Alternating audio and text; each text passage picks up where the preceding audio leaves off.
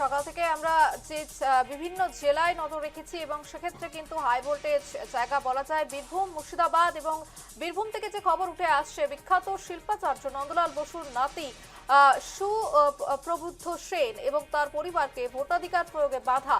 এই অভিযোগ ঘিরে চাঞ্চল্য এলাকায়। অভিযোগ সুপ্রবুদ্ধ সেন এবং তার স্ত্রী দীপা সেন এবং পরিবারের আরও এক সদস্য প্রয়োজনীয় কাগজপত্র সঙ্গে নিয়ে ভোট কেন্দ্রে উপস্থিত হলেও তাদের ভোট দিতে দেওয়া হয়নি। ঘটনাটি নিয়ে ক্ষোভ উগরে দিয়েছেন সুপ্রবুদ্ধ সেন এবং তার পরিবার। তাদের দাবি সমস্ত নিয়ম মেনেই ভোট দিতে গিয়েছিলেন তারা, কিন্তু অজ্ঞাত কারণে তাদের নাম বা তথ্য নিয়ে আপত্তি তুলে ভোটাধিকার প্রয়োগে বাধা দেওয়া হয়। এই ঘটনায় নির্বাচন প্রক্রিয়া নিয়ে প্রশ্ন উঠতে শুরু করেছে। এই অভিযোগের প্রেক্ষিতে নড়ে চড়ে বসে নির্বাচন কমিশন এবং বিকেল 5টায় শান্তিনিকেতন স্টাফ ক্লাবে নন্দলাল বসুর পরিবারের সদস্যদের ভোট গ্রহণের ব্যবস্থা করা হয়। শিল্পাচার্য নন্দলাল বসুর পরিবারের ভোটাধিকার প্রয়োগে বাধা অভিযোগ ঘিরে তীব্র চাঞ্চল্য বীরভূমে। প্রয়োজনীয় কাগজ নিয়ে ভোট দিতে গিয়ে বাধার সম্মুখীন এবং অভিযোগের প্রেক্ষিতে নড়ে চড়ে বসে নির্বাচন কমিশন। শান্তিনিকেতন স্টাফ ক্লাবে নন্দলাল বসুর পরিবারের ভোট গ্রহণের ব্যবস্থা। যে খবর উঠে আসছে একেবারেই বীরভূম থেকে, সেখানে কিন্তু ভোট দানে বাধা এমনটাই অভিযোগ উঠে আসছে। খবর সম্পর্কে আরো বিস্তারিত জানবো এই মুহূর্তে আমাদের সঙ্গে সরাসরি আমাদের প্রতিনিধি রয়েছে বীরভূম থেকে শুভদীপ প্রামাণিক। শুভদীপ, যে খবর শিল্পাচার্য নন্দলাল বসুর নাতি সুপ্রবুদ্ধ সেন এবং তার পরিবারকে ভোটাধিকার প্রয়োগে বাধা, ঠিক কি ঘটনা ঘটেছে এবং এই মুহূর্তের কি আপডেট?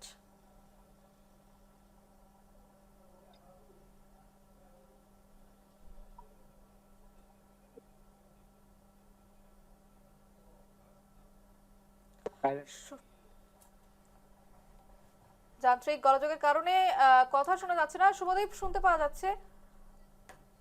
যান্ত্রিক গোলযোগের কারণে আমাদের যোগাযোগ বিচ্ছিন্ন হয়েছে। একেবারেই বীরভূম থেকে যে খবর উঠে আসছে সুপ্রবুদ্ধ সেন এবং তার পরিবারকে ভোটাধিকার থেকে বঞ্চিত করা হয়েছে এমনটাই অভিযোগ এবং বিকেল 5টায় শান্তিনিকেতন স্টাফ ক্লাবে নন্দলাল বসুর পরিবারের সদস্যদের ভোট গ্রহণের ব্যবস্থা করা হয়। সকালবেলায় তখন যারা শিল্পাচার্য যে নন্দলাল বসু পরিবারের ভোটাধিকার প্রয়োগে বাধা এবং অভিযোগ ঘিরে তীব্র চাঞ্চল্য বীরভূমে।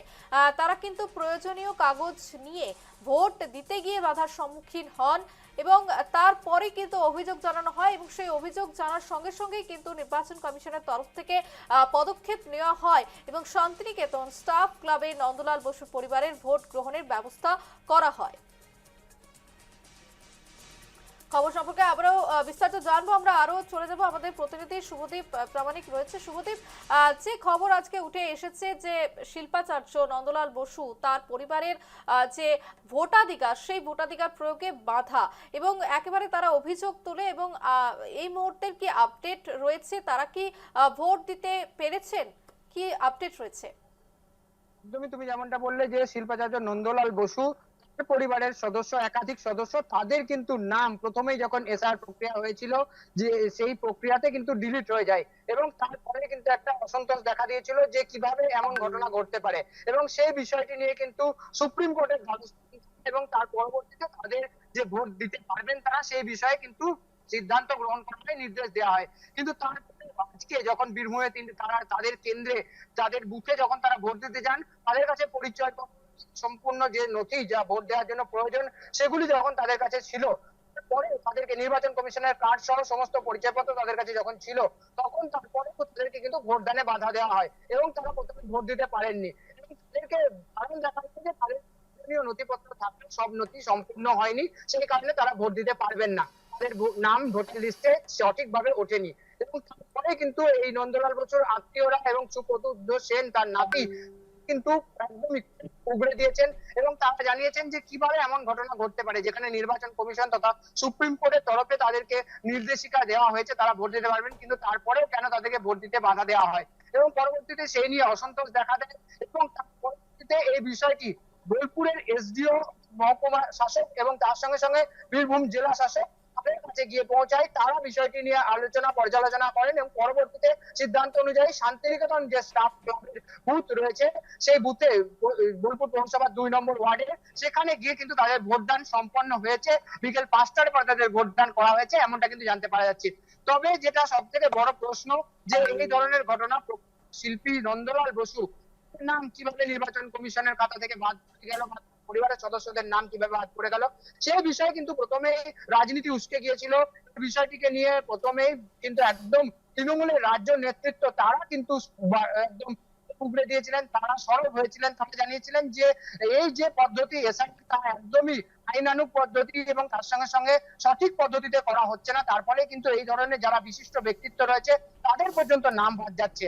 এবং তারপরে বিজেপির তরফে কিন্তু জানানো হয়েছিল যে কোন রকম আইনি জটিলতা না হলেও তাদের যে পদবি, সেই পদবির ক্ষেত্রে সমস্যা থাকতে পারে, সেই কারণে এবং এআই জেনারেটেড হয়ে যেভাবে এই এসআইআর প্রক্রিয়া করা হয়েছে তুমি জানো, সেই কারণে কোনো সমস্যা থাকতে পারে এবং পরবর্তীতে সেই সমস্যা মিটেও যায়। কিন্তু তারপরে আজকে তারা প্রথম দফায় ভোট দিতে গিয়ে বিভ্রান্ত হন, তাদেরকে হয়রানির শিকার হতে হয়, তাদের ভোটদান সম্পন্ন হয়েছে। একেবারেই শুভদীপ, তুমি যেমনটা তুলে ধরলে যে সমস্যার সম্মুখীন হয়েছে, কিন্তু তার সমাধানও বেরিয়ে এসেছে এবং এরপর অবশ্যই আরো বীরভূমের যে বিক্ষিপ্ত ঘটনা রয়েছে সেই নিয়ে তোমার আপডেট আমি তোমার কাছে জানতে চাইবো। তুমি কিছুক্ষণ আগেই জানাচ্ছিলে যে হিংসার ছবি উঠে এসেছে এবং অন্যদিকে খয়রাশোল যে বীরভূমের জায়গা রয়েছে সেখানেও কিন্তু বিক্ষিপ্ত ঘটনার খবর উঠে আসছে, সেই নিয়ে তোমার কাছে আপডেট জানতে পারবো। একদমই দেখো, বীরভূমে কিন্তু সকাল থেকে যেভাবে শান্তিপূর্ণ ভোট হচ্ছিল তা কিন্তু অত্যন্ত নজিরবিহীন বলা যেতে পারে।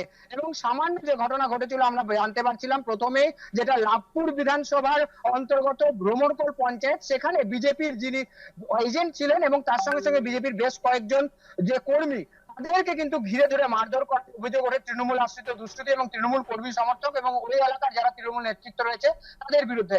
এবং একাধিক জনের মাথা ফাটিয়ে দেওয়া হয়, তারা কিন্তু ইতিমধ্যে সিউড়ি সদর হাসপাতালে চিকিৎসাধীন অবস্থা রয়েছে।